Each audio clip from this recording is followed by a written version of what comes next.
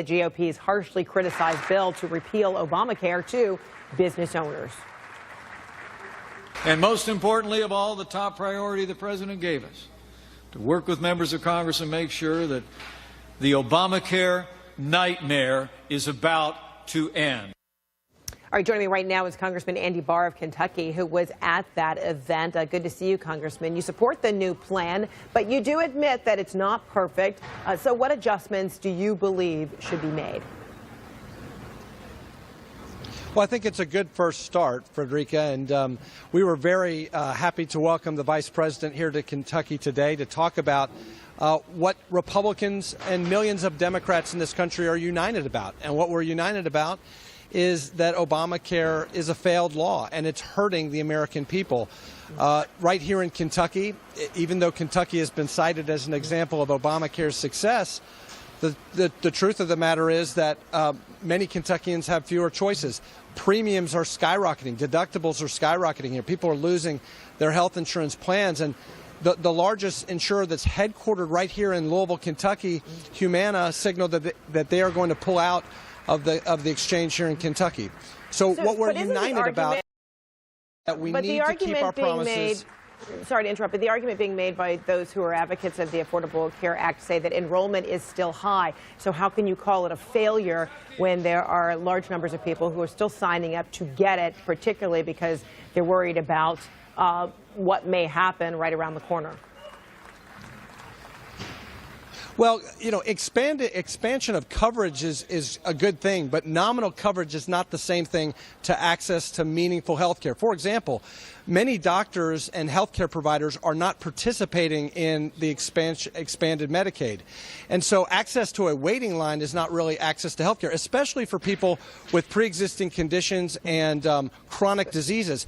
If you can't get access to the kind of specialists that actually treat those conditions, then nominal coverage is not good enough. And so for those individuals who have health insurance, just to finish the thought. Yeah, I'm sorry. For those individuals who have coverage for the first time in their lives, that's a great thing. We applaud that, but we want something better for them. We want them to not only have nominal coverage, but when they actually need to see a doctor, they can go see a doctor that can help them. All right, my apologies for interrupting. So if 31, states accepted funds for Medicaid expansion, and this plan is saying, in large part, that kind of funding needs to go, what is the alternative? What happens?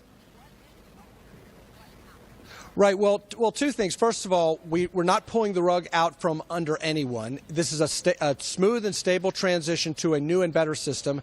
And for those individuals who had Medicaid before, we're going to provide them an alternative to choose from, and that would be these tax credits, so that it's not health plans that are mandated by the federal government. Instead, it is empowering patients to choose a health plan that's right for them, so that they can take these tax credits and go into the market. They can go on an exchange, off an exchange. They can shop across state lines and find a plan that's best for them, that meets their particular health care needs and their particular cost sensitivities. So we think a patient-centered approach, a personalized approach, instead of a top-down, one-size-fits-all mandated health care from Washington, is a much better strategy to help people. So, Congressman, if this sounds so rosy, then why do you have groups like the American Medical Association and AARP, among others, who are saying we don't like this plan? Well, I can't speak for them, but what I can tell you is what many Kentuckians and Americans across this country are asking us to do, which is to definitely move away from Obamacare, which is actively hurting people. So 25% increase in health insurance premiums last year alone. Nearly a third of all Americans have only one choice of a health care plan. That's not something that anyone wants to defend. And here in Kentucky, almost 50% of Kentuckians only have one choice. So we want more competition and more choices. We think that in the long run, that will be better for millions of Americans. So here's your fellow Republican Congressman, Jim Jordan, who says this new plan is not the way to go. Listen. We're with the American people, and we're going to do what we told them we were going to do. And to set this up as a binary choice, we just got this bill 72 hours ago. The American people first saw this bill 72 hours ago. And to say that we can amend it, change it, and make it right, That just doesn't make, that's not how the legislative process works. So essentially, Representative Jordan is saying, what is the rush? What's your response?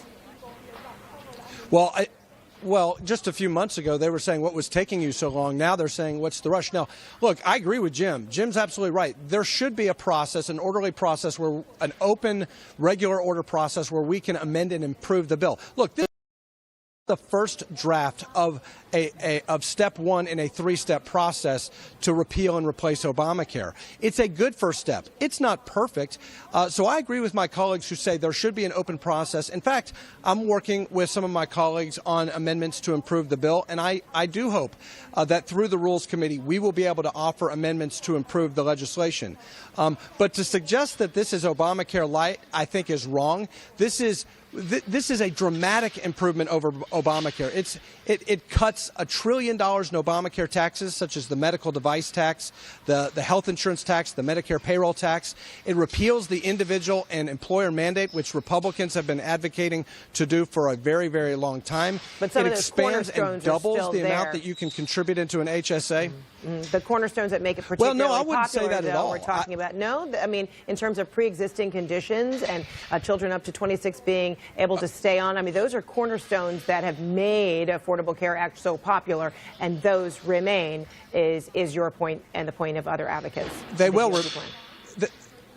They will remain, and Republicans believe in those principles as well. But this is definitely different than Obamacare in that we're doing some of the reforms. We're including some of the reforms that Republicans have been advocating for years, and many Democrats, to move to a more patient-centered reform, to return health care decisions away from Washington to where they belong, with patients, their doctors, and their families.